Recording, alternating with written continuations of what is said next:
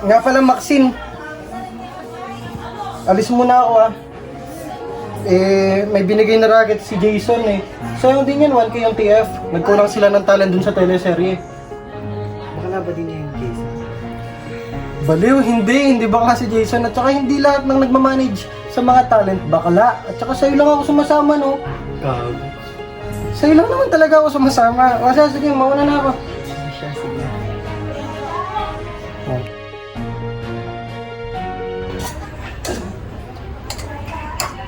Ano yan?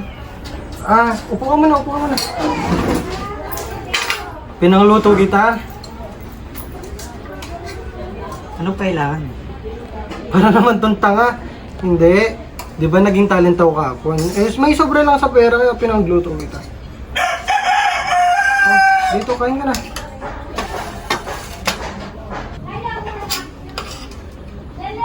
I love you.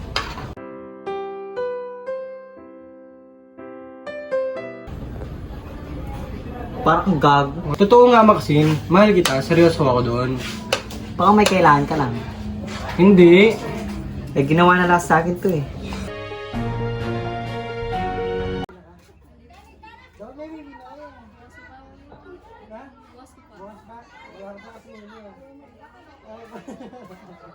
Maxine, alam mo ba? Pinagtatapanan si Patrick doon sa labas kanina.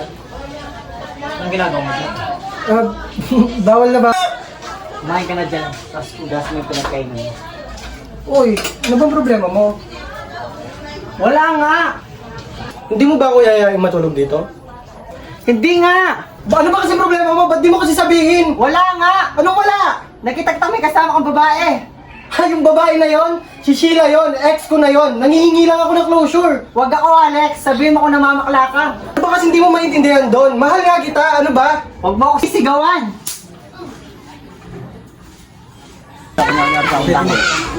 Mahal ko na talaga yun, pare. Bakala ka na rin ba? Gago ka pala eh.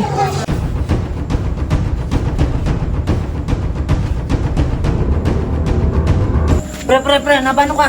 Tara! Paano ka? Lex, alam mo na yung balita? Ha? Ano balita? Wala na siya.